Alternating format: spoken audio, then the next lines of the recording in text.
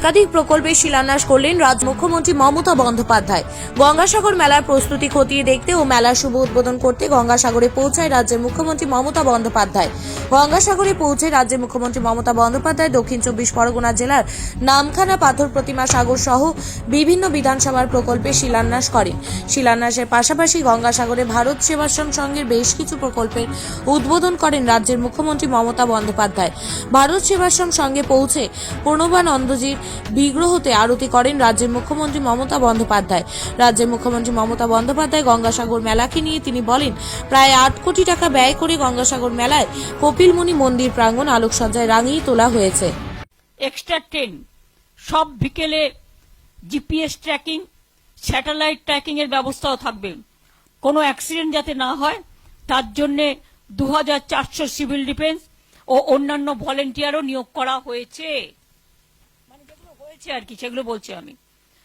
চিকিৎসার বন্দোবস্ত করা হয়েছে, শুধু মেলার জন্যই 300 বেডের বন্দোবস্ত করা হয়েছে।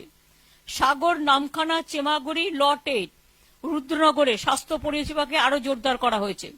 সাগরে ইন্টেন্সিভ কেয়ার ইউনিটের ব্যবস্থাও থাকছে। পর্যাপ্ত পরিমাণে স্পেশালিস্ট ডাক্তার, নার্স, প্যারামেডিক সকলে থাকবে এবং এছাড়াও ক্রিটিক্যাল কেয়ারের রোগীদের জন্য গ্রিন করিডোরও থাকবে। আমাদের লক্ষ্য সাগর মেলাটাকে ইকো ফ্রেন্ডলি করে তোলা।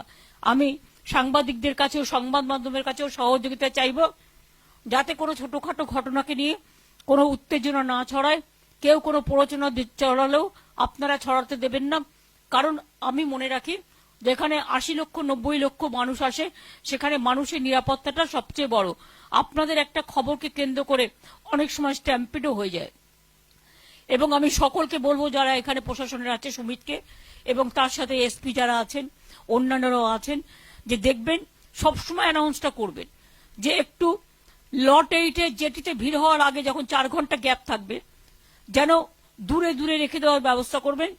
সেখানে জল টল দেওয়ার ব্যবস্থা করবেন। সবাই যেন একসাথে গিয়ে ওই লট 8-এ গিয়ে না জড়ো হয়। ফেস বাই ফেস পাস করাবেন। তার কারণ যারা আসেন কষ্ট করে আসেন অনেক দূর থেকে, কিন্তু যেই স্নান করেন সঙ্গে সঙ্গে চলে যেতে শুরু করেন। কিন্তু গঙ্গায় তো অত লঞ্চ করে নিয়ে যাওয়া, পার হওয়া, অত বার্জ, অত ভেসেল তো থাকে না। তা সত্ত্বেও আমরা উপযুক্ত পরিমাণে রেখেছি। এর থেকে বেশি আর রাখা সম্ভব নয়, যথেষ্ট বেশি দেওয়া হয়েছে। এটাকে ভালো করে মনিটরিং করতে হবে। আমি মনে করি যে কুম্ভ মেলা, আপনারা জানেন যে এটা একটা বিখ্যাত মেলা এবং সকলে কুম্ভ মেলায় সেন্ট্রাল গভর্নমেন্ট পুরো সাহায্য দেয়।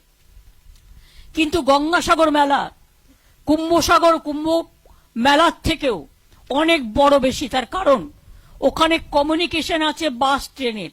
এখানে কিন্তু জল পার হয়ে আসতে হয়।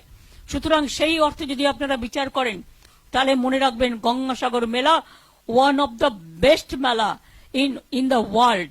এবং এটা এখনো পর্যন্ত কেন যে ভারত সরকার স্বীকৃতি দিল না আমি জানি না। গঙ্গাসাগর মেলাকে, কুম্ভ মেলাকে তারা সব টাকা পয়সা দিয়ে হেল্প করে, কিন্তু গঙ্গাসাগর মেলায় 1 পয়সাও কেন্দ্রীয় সরকার দেয় না। সবটাই আমরা করি, সবটাই আমরা করি, সবটাই আমরা করি, সবটাই মানুষ